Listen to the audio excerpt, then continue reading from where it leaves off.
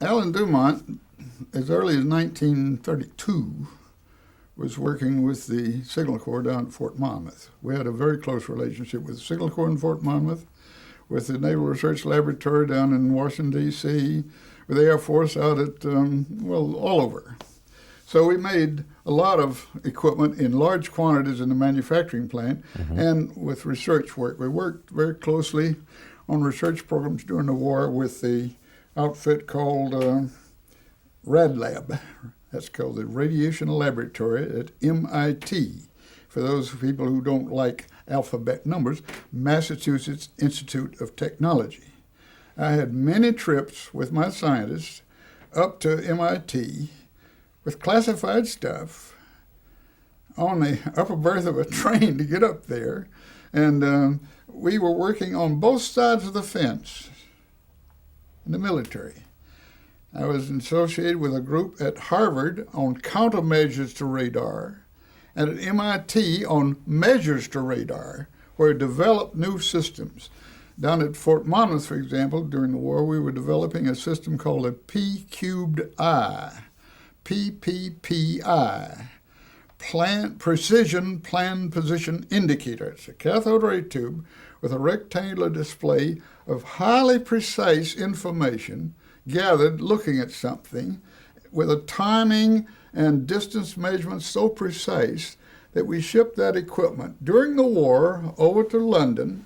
They installed it over there. They wanted me to come over with it, but I couldn't go because I was busy with other things. And our London engineers had been put in the military meanwhile, over there running that. And I had fun talking with Ernst Stuhlinger from Peenemünde, the German engineer on the science work.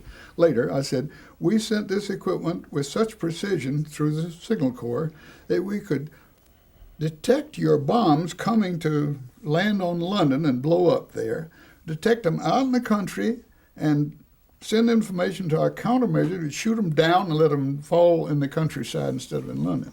So it's down that kind of equipment and radar and things of that sort that we're developing at DuMont. Some of those, one of them, for example, was a P10 tube. Now, you don't know what P10 means, but a P4 tube is a black and white tube. A color television set has a different number assigned to it for identification. The P10 tube doesn't create light like a cathode ray tube does so you see the picture in the ambient light of a house, but it creates darkness. The electron beam creates a black trace.